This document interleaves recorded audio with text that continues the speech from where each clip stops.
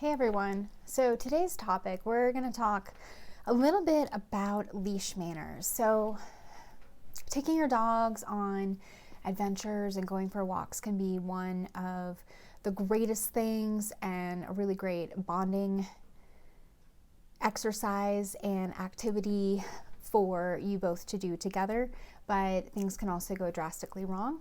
And usually when things go drastically wrong, there are a bunch of things that can be going on. So let's talk a little bit about some of the leash manners, trials and tribulations, and some misconceptions about what it actually is to walk our dogs on a leash.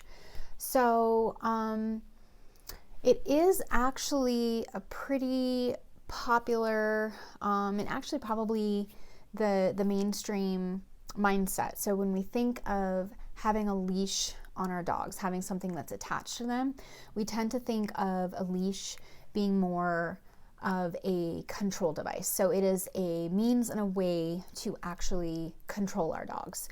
But the truth in that is that a leash is actually not a control device. It's actually a safety tether. So I'm going to say that one more time because I know sometimes it can be a little bit hard to wrap our heads around something when there's a different way of thinking about it. But let's reframe the leash from being a control device to being a safety tether.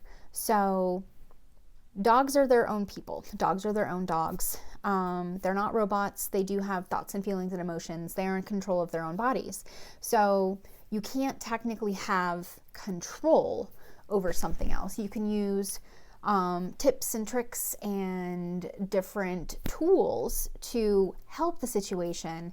But I do feel that we need to let go of thinking that we actually have control over the situation when it's just this leash that is attaching us to our dog. So it's a safety tether because we live in a world where it is not safe for them to be just roaming around off leash, and dogs don't understand the dangers of cars and moving cars. So I challenge you guys to change your mindset a little bit and see if you can start viewing the leash more in the terms of a safety tether to keep your dog safe so they don't wander off and potentially get themselves into trouble instead of a control device. I think that's a really important way to kind of reshape things. So another thing that can often go wrong is there is a difference in interest and opinion of the activities that should take place on a walk from a human standpoint versus a dog standpoint.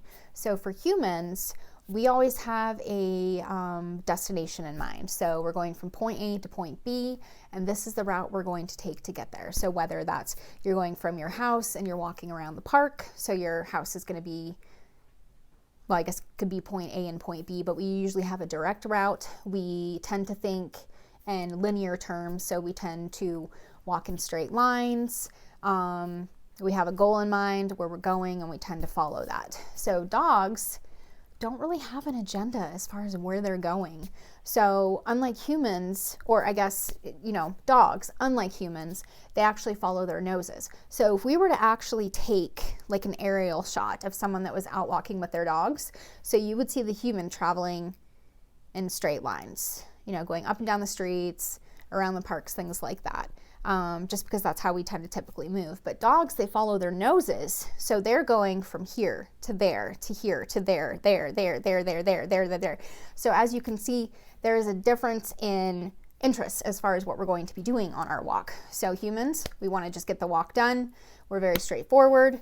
Let's move from this spot to this spot. Dogs, let's follow our noses. Let's stop and smell the bushes, because dogs do have so many scent receptors in their noses, and that's how they see the world. It's really important for them to stop and sniff things and take in all of their surroundings. Sometimes you'll hear people refer to it as checking their pee mail, which I think is pretty appropriate. And oftentimes as humans, we tend to be, I don't want to say in a rush. It's not that we're necessarily in a rush. We just have a start point and an end point, and dogs don't necessarily have a start point or an end point. And I know it can be rather frustrating when ideally you would like to have your dog just stay on one side, stay close to you, and stop zigzagging around. But the thing is, like, dogs are not zigzagging around or, you know, pulling to get to a scent or anything like that. They're not doing that to be dicks, you guys. They are just following their noses. They're just doing what dogs do. So, you know, there's also, you know, a little bit of having such high expectations for what we expect a walk to look like. We expect the walk to go at our pace the entire time, with the dog only interested in the things that we're interested in. And the truth of the matter is that's just not how it works. So yes, can we teach our dogs a heel placement cue? Can we teach our dogs to walk a little bit closer to us? Yes, we absolutely can. But we want to make sure we're being fair to our dogs and allowing them to explore their world in the way that makes the most sense to them. So, you know, for humans, we just want to get to where we're going. Dogs, it's all about the journey. It's not about the destination. So a lot of times we forget to be a little bit more respectful of our dog's needs and wants as well. So I don't necessarily like to think of it as just the dog's walk, because that's not true, because it's also your walk. So we do need to make sure that the dog gets to do some activities that they want to do, but also that we're moving along. But it's our job as the human guardians and the caregivers to try and help our dogs find a common ground. So that's why I love walking dogs on the long lines or the long leashes. So not the retractable ones. So I'm not a huge fan of the retractable ones just because I don't like the clunky handles. It can be kind of awkward to handle, and then if the dog happens to get away from you, it can scare the dog because it got this big clunky handle following them. Also the locking mechanisms, not the best. They sometimes do fail. And I don't like that I'm not really in control of how much of the leash I can feed out and how much of the leash I can feed back in. So I do recommend swapping out that dainty little 4-foot long leash, 6-foot long leash. I would recommend doing something that's at least 8 feet or longer, because that's going to open up your dog's world so much more. And then you're not going to be necessarily in this constant power struggle of, but I want my dog to be close to me the entire time. Who says they have to be close to you the entire time? So yeah, there's a time and a place for heel. But honestly, guys, it's not really when you're going out on these long walks for your dogs. These should be walks where your dogs get to follow their nose and they get to, you know, stretch their muscles and stretch their legs, and, you know, you can play games with them and stuff like that. So I don't want my dog to feel like they're bound to me, even though they are bound to me because they have to be for safety reasons. But any dog that I work with, you know, whether it's my own personal dog or anyone else's dog, you know, put them on a longer leash, let them explore. It's not the worst thing ever. Like, there's not a written rule anywhere that says that our dogs have to be in heel position the entire time. And honestly, I don't want my dog to be in heel position at my side the entire time. You know why?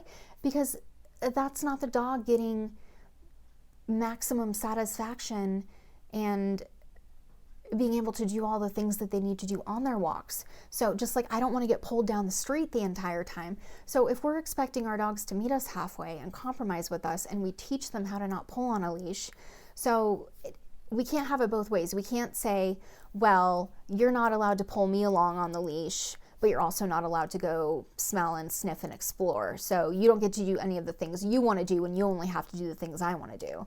And frankly, guys, that's just not very fair. So let's try and meet our dogs halfway and see if we can help improve their leash manners by lowering our expectations just a little bit and just letting them be dogs while they're on their walk.